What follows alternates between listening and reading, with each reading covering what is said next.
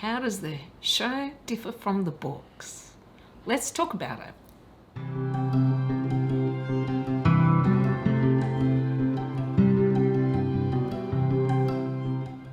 G'day to all you lovely people and welcome back to my channel.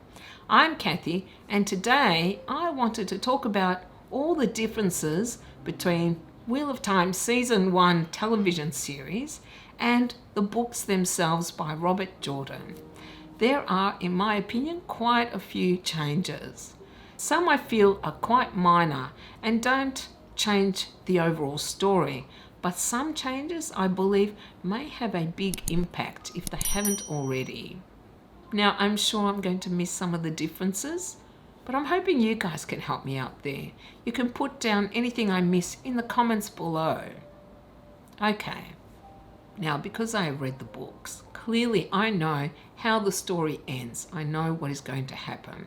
So red alert, this video is going to contain some spoilers, most likely. And if you haven't read the books and you don't want to know what is going to happen in future seasons of the TV show, you are better off not watching this video. Okay, now let's get started. I touched on some changes from the books in my previous video, my review of Season 1 of The Wheel of Time.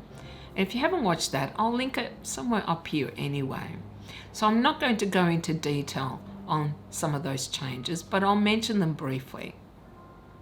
One of the first changes is that Perrin is married. I'm still in two minds whether this was a significant change and whether it will affect his character development, but it did bother me because the boys are young. They're not really mature enough, I think, to be married at that age, and certainly Perrin's character wasn't. He was still very lacking in confidence, particularly with women. But I think what makes it worse is that he also killed his wife. Accidentally, yes, but the impact it would have on him would be profound, much more than if he had just killed a white cloak or two white cloaks. I did not like that. It's made him feel all this angst, and frankly, I'm not enjoying that part of his character at all in the show. I think that it has made his character something a little different, a lot more tragic rather than simply finding his way, which is what he was at the beginning of the books anyway. Speaking of Perrin, it was actually him rather than Egwene who rescued them from the White Cloaks. And somebody commented in my last video that this happened not just with Perrin but also with Rand and Tywin's Gap, that it seems all the glory is being given to the women. I actually started thinking about it. I'll be honest, initially I didn't think too much of it, but the truth is, in the first few books in the series, none of the boys are really powerful. It really is about the women. It's about Moiraine, about the Aes Sedai, about how powerful Nynaeve is and Egwene are.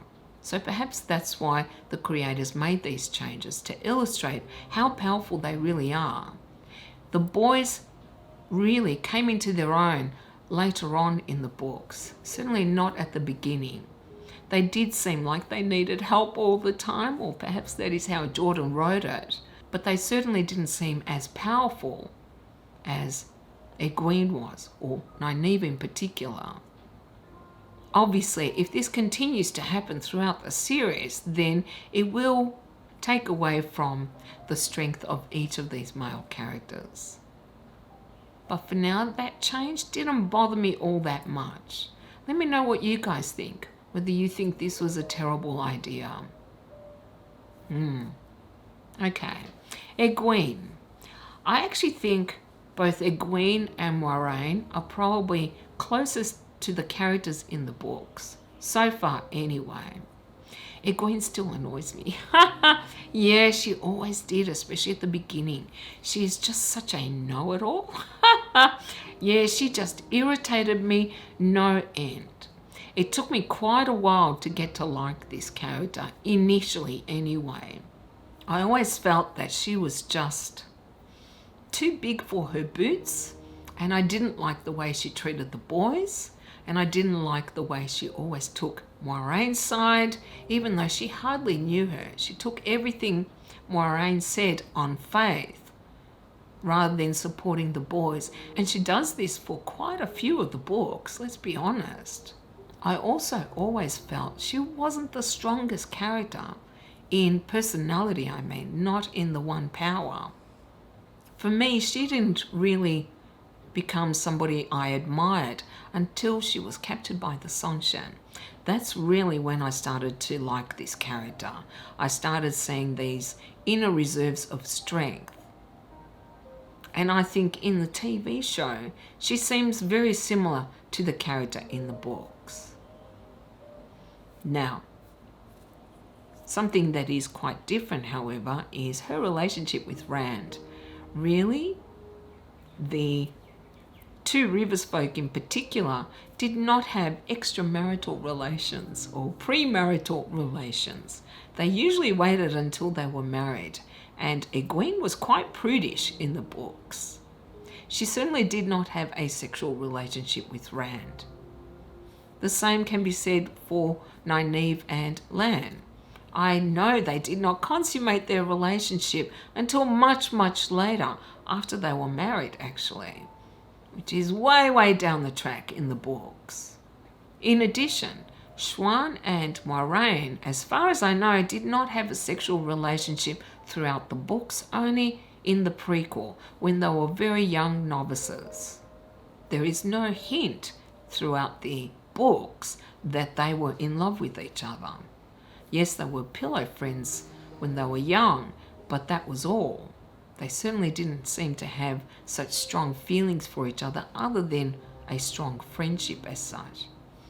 I actually don't mind this change. I didn't mind the change in the relationships or the type of relationships that the characters have. I thought it was meant to make it more appealing to the audience who like a bit of sex thrown in. But I honestly didn't feel it detracted from the story or the relationships between the different characters. I've already spoken about Moraine's relationship with Schwann.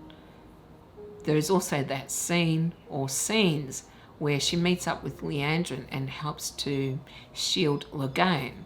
That did not happen in the books, nor did I think Moiraine talk to Logain. Now, I could be wrong here, my recollection is a little vague, but I don't think Moiraine ever thought Logain was the Dragon Reborn. She was fairly certain it was one of the three boys. Speaking of, 4 taverns, or possibly 5. Not necessary, as I said before in my previous video. I don't like that they took the emphasis away from the 3 boys.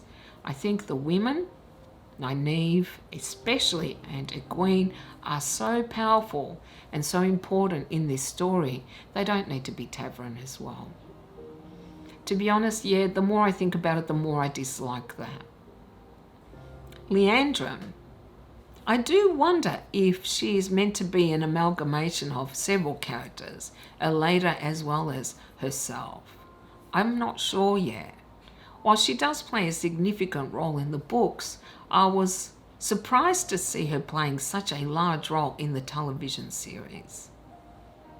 I never thought she was that smart, to be honest, as she appears in the television series, but who knows? I guess we'll find out. Her thing was compulsion too. That's really how she got people to do what she wanted, not by talking to them, which she seemed to spend a lot of time doing on the show.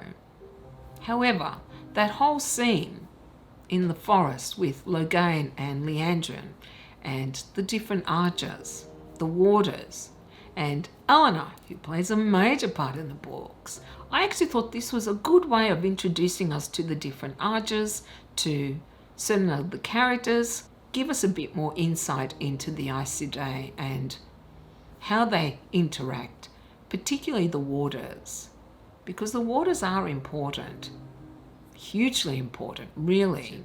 Now, I think I did mention this in the previous video. They skipped Camlin entirely. Yeah, they went straight to the White Tower rather than Camlin. I'm not sure why. Perhaps they didn't want to build another set. Who knows? But we didn't get to see Elaine or Elada, and I'm fairly certain she is in the first book.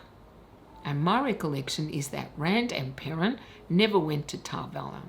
I'm fairly certain Perrin never went there, and Rand only went right near the latter part of the series. That's my recollection. Correct me if I'm wrong in the comments. Does it change the story all that much? I didn't think so, actually. I didn't mind this change. And if it was that they didn't want to have two sets, Camlin and Tar Valon, then I don't mind that. That was a good way of showing us the White Tower, which I will say again was stunning. I just loved it. And Min did not meet Rand at Tar Valon. It was Berlin, I think, on the way to Camlin. Again, nothing major. It helped introduce this character who plays a huge part in the series. Schwann, the Amyrlin set. As far as I can recall, she actually didn't appear till the second book. She went to Faldora, I believe, and met all of them from the Two Rivers. And that's when I believe she took Nynaeve and Egwene back to the White Tower to become novices, or accepteds in Nynaeve's case. This I didn't feel was something that changed the overall story. It gave us a good look at the White Tower actually, and how it operates with the different arches, etc. I thought this was a really clever way of doing it actually. Skipping Camlin, which I'm sure we're going to see in the future because it plays such a huge part throughout the series of books. At this point in the television series, we've only had 8 episodes, and I think most of the characters we've only been given a rough sketch of. I'm assuming they will be fleshed out a lot more in further seasons. Rand, I thought, was fairly close to the books, though there were some changes like I've mentioned. He didn't just discover that he was the Dragon Reborn and then go off with Moiraine. They all went to the Eye of the World. Frankly, I don't think this was a dramatic change from the books. It certainly isn't in line with it, but does it detract from the overall story? I didn't think so.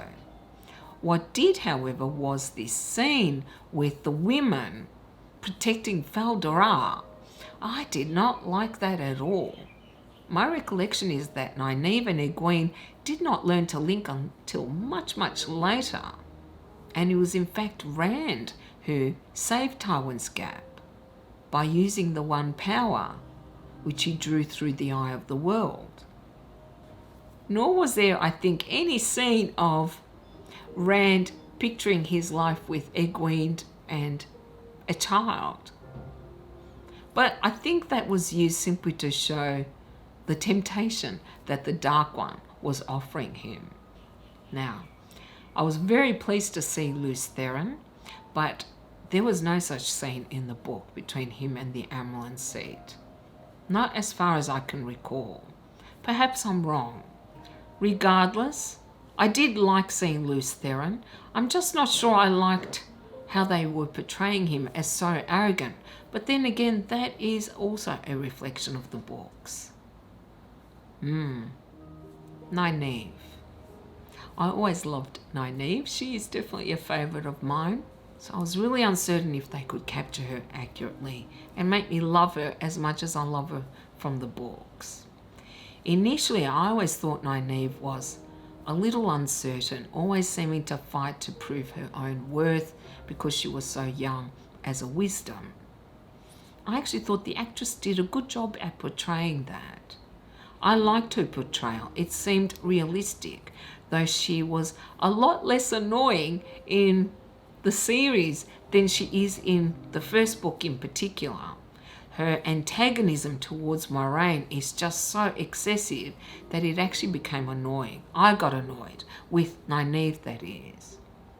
That I didn't feel during the television series. She didn't trust her. Yes, she was suspicious, but she certainly didn't annoy me with the way she treated Moiraine. Not that Moiraine didn't deserve it sometimes, but regardless, I thought Nynaeve was much more pleasant in the show than she was in the books. We were never told that Nynaeve had such a tragic backstory in the books, I don't think. Again, I don't think this changes her character all that much. It explains some of her prickles, her uncertainty, I guess. But she certainly did not create that massive shield in the ways. Nor did she heal everyone by exploding like she did when she was with Clegane and Lan was injured. I mean, I could quibble and say, wow, what, she healed everyone just by getting so angry once without even laying hands on anyone? But overall, I thought it was a good way to illustrate just how powerful Nynaeve is. She certainly wasn't burnt out at Tywin's Gap, though. I did not like that scene whatsoever. I didn't like the women linking, and I didn't like that Lord Agormar was killed, or supposedly killed. He plays a significant, though minor, role in the books. He is one of the great captains. So, yeah, I don't know why they included that, and I really don't even know if he's alive or dead. I'm assuming he's dead, which seems strange considering the role he does play in the future. I don't think this was a good choice, actually. I think the whole conflict with Tywin's Gap, whilst I really liked the way they fought the Trollocs, I did not like the way they incorporated the girls, the women. And I certainly didn't like that Nynaeve was almost burnt out. Yeah, I don't recall that ever happening, actually, throughout the books. Matt, yeah. And then I'm going to talk about Lan. Matt's family is also portrayed differently on the show to the television series. His parents are clearly having difficulties. His father seems to be a bit of a lecher and his mum seems to be a bit of a drunk. I actually don't mind these kinds of changes because sometimes it helps explain a certain character or their behaviour. And I think it's actually a little bit more realistic. Quite often in the books it seems everyone had perfect families. So this, I don't think, is a major change, and I actually think it was a good decision on the creator's part. I've already mentioned I hate the way they have characterised Matt in the television series. Now, when I recorded that video, I wasn't aware that the actor has left the show and that in fact he left after episode 6. I know that the creators were in a difficult position. I just didn't like the way they dealt with it. This implication that Matt might be dark or a dark friend? No. Yeah, no. I don't like that at all. The more I think about it, the more that just bothers the crap out of me. As I've said, I also didn't like that they're making him out to be a possible thief, even though we never see him actually stealing the bracelet which he sold to Padden Fane. The implication is that he stole it. He certainly stole from the dead. Yeah, I'm sorry, don't make him out to be a villain. Not Matt. He is such a huge part of this story. And whilst his character has some grey in him, he never strayed to the immoral the way they're implying in the show. So yeah, I am not happy with that at all. I am curious to see how they're going to address that in future seasons. Hopefully they'll get it right with Matt. Hopefully. And last, I'm going to talk about Lan. Okay, I have a lot of characters in these books that I adore, and Lan is one of them. I love him probably as much as I love Nynaeve and Matt. I'd say those three are my favourite characters from the books. I always wish that there was more about Lan throughout the books. And whenever I didn't see him in a book, I was always disappointed because he is definitely one of my favourite characters. And he's always been portrayed as very taciturn, very stoic, silent. And I've loved that about him. I've loved that you didn't always know exactly how Lan felt because he never showed much emotion. And then we come to the TV series where he becomes so emotional over the death of the water that I was left flabbergasted. I thought, what? Not Lan. Lan suffers in silence. It was so out of character that I hated it, and it almost made me dislike the character on the show. I've noticed there always seems to be this need where we all talk about our feelings and we all display everything we're feeling. Perhaps, but not everyone is like that, and particularly not Lan. They could have done that with any of the other characters and I might have accepted it, but I cannot accept it in the character of Lan. It was really unsettling and I hated it with a passion. The scene itself, though, showing the grief, that I didn't have an issue with. Showing the effect on a water losing his eyes today, I loved that. That is a very important part of their relationship. I just didn't like Lan's reaction or the way they portrayed it on the show anyway. And if I haven't said it already, he and Nynaeve did not consummate their relationship this early on, and it kind of takes away a bit from the uncertainty of their relationship, which runs through several of the books. So I'm not loving that either. Couple more minor things, which I don't think take away from the show at all. There was no green man at the Eye of the World. Horses can travel through ways. I remember that distinctly. Schwann never had visions as far as I can recall. In fact, I don't think she did. And it was the boys who were dreaming of the Eye of the World, which is why they went there. Moiraine did help Matt with the dagger, but my understanding is she didn't cure him entirely. It's kind of implied in the show that she did, but I could be wrong. I guess we will find out. As an avid fan of the books, I never like it when filmmakers or television producers change things around. I don't. I'm sorry. I want it to be as true to the books as possible. I do feel some of the changes don't help the story. In fact, it detracts from some of the characters. It makes them less than what they are in the books. However, certain things, I don't mind. They can take some liberties, just not too many. Perhaps you have a different view. It's hard though, isn't it, when you love the source material, when you are such a big fan of the books themselves, you don't want to see changes. And if you do see changes, then you want them to be necessary, either because they simply can't film it or because of time restraints or monetary restraints. I don't want them to do it just because they think they can do it better, because I don't think they can. Sometimes they can, but not often. As I've said before, I am still very ambivalent about the show. I want to love it, I really do, because I love the books so much, and I love seeing a visual representation of the books. I just don't want them to change too much. Well, that is all the differences that I can remember, and I'm sure I've missed a few. Let me know what you thought of some of these changes. Which ones did you really hate? Which ones did you find don't really change the story all that much? Are you still open-minded about the show? Because I still am.